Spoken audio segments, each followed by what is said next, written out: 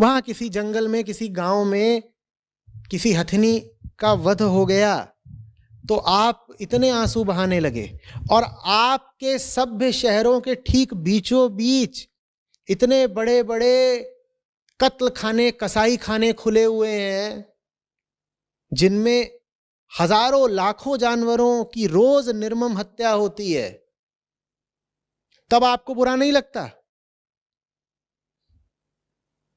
और ऐसे भी तर्क दिए जाते हैं कि देखिए साहब, खाने के लिए किसी जानवर को मारना ठीक है, पर हथनी को तो मजे के लिए मारा गया ना। अच्छा, क्या तर्क है कि खाने के लिए किसी को मारना ठीक है, मजे के लिए मारना ठीक नहीं है? जैसे कि मौत और मौत में अंतर होता हो। दोनों ही स्थितियों में तुमने अपने स्वार्थ के लिए किसी जीव का वध किया है।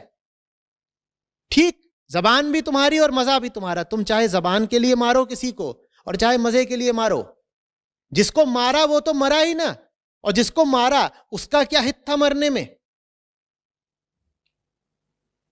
तो ये तो पाखंड की सीमा है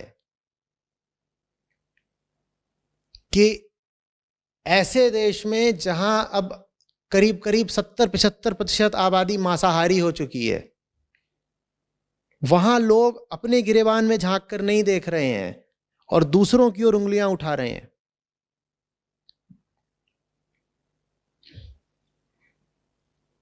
दुनिया से अपराध और हिंसा और घृणा और युद्ध और तमाम तरीके की पाशविकताएं नहीं मिट सकती जब तक सुबह सुबह शहरों की सड़कों पर वो गाड़ियां दौड़ रही होंगी जिनमें छोटे छोटे दबड़ों में सैकड़ों मुर्गे कैद होते हैं। हम इसे सभ्यता बोलते हैं। हम कह रहे हैं ये हमारे शहर सभ्यता के अड्डे हैं, और इन शहरों की सड़कों पर रोज वो गाड़ियां दौड़ती हैं। रोज लाखों करोड़ों जानवरों को कत्ल किया जाता है सिर्फ इसलिए ताकि आप के जबान को स्वाद मिल सके। आपको क्या लगता है, ये जो गुनाह है इसकी कोई सुनवाई नहीं होने वाली? जो तड़प तड़प के मर रहे हैं, आपको क्या लगता है इनकी आह व्यर्थ जाने वाली है? नहीं, बिल्कुल भी नहीं। जो मन जानवरों के प्रति हिंसक है, भूलिएगा नहीं, वो सबके प्रति हिंसक होगा। वो पूरी दुनिया के प्रति हिंसक होगा, समाज के, देश के प्रति हिंसक होगा, यहां तक कि वो अपने परिवार के प्रति हिंसक होगा, वो अपने ही छोटे बच्चे के प्रति हिंसक होगा। जानवर को मार करके आप चैन से नहीं जी सकते, बात खत्म। और आप कितने भी तर्क दे लें कि नहीं साहब,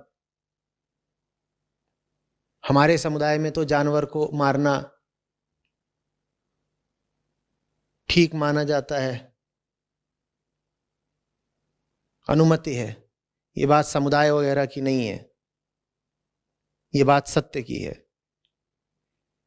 आपके पंथ की कोई परंपरा चल रही है, उससे सत्य नहीं बदल जाएगा। और आप 100 तरह के कुतर्क देने लग जाएं, उससे भी सत्य नहीं बदल जाएगा। हत्या हत्या होती है और कुतर्कों का कोई अंत नहीं है। बहुत तरह के कुतर्क दिए जा चुके हैं, मैं उन सब कुतर्कों के समय समय पर जवाब दे चुका हूं। एक कुतर्क ये होता है कि पौधों में भी तो जान होती है, इसका भरपूर जवाब मैं बहुत बार दे चुका हूं। एक कुतर्क ये होता है कि जानवर नहीं खाएंगे तो प्रोटीन और अन्य तरीके के पोषण कहाँ से मिलेंगे, उसका जवाब भी दे चुका हूं। ये सारे कुतर्क बेहुदे हैं, इनकी बात मत करिएगा। बात बस इतनी सी है कि जानवर कमजोर है, वो आपका विरोध नहीं कर सकता तो आप उसे मार ले जाते हैं। इसी जानवर में ताकत होती तो आप अपनी ही जान बचा के भाग रहे होते। कोई हो जाए ऐसा जानवर जो आपकी सब मशीनों पर भारी पड़े, आपकी ताकत से कहीं ज्यादा उसकी ताकत हो, आप खाएंगे क्या उसको? तो आप जितने भी तर्क दे रहे हैं वो वास्तव में सिर्फ पाशविक ताकत के तर्क हैं। ले दे के बात बस इतनी है कि मुर्गा अशक्त है तो आप उसको पकड़ के काट देते हो, कुछ आपका बिगाड़ नहीं सकता वो, और उसके मांस में मसाला वगैरह मिलाकर खाने से आपको बड़ा जायका आता है। और ये बात फिर कह रहा हूं बिल्कुल हैवानियत की है कि जो कमजोर मिला उसको काट दिया, जो कमजोर मिला उसको काट दो और उसके मांस में मसाला मिला के खा जाओ, और फिर अपनी बात को सही साबित करने के लिए उधर उधर के 50 तर्क गढ़ो।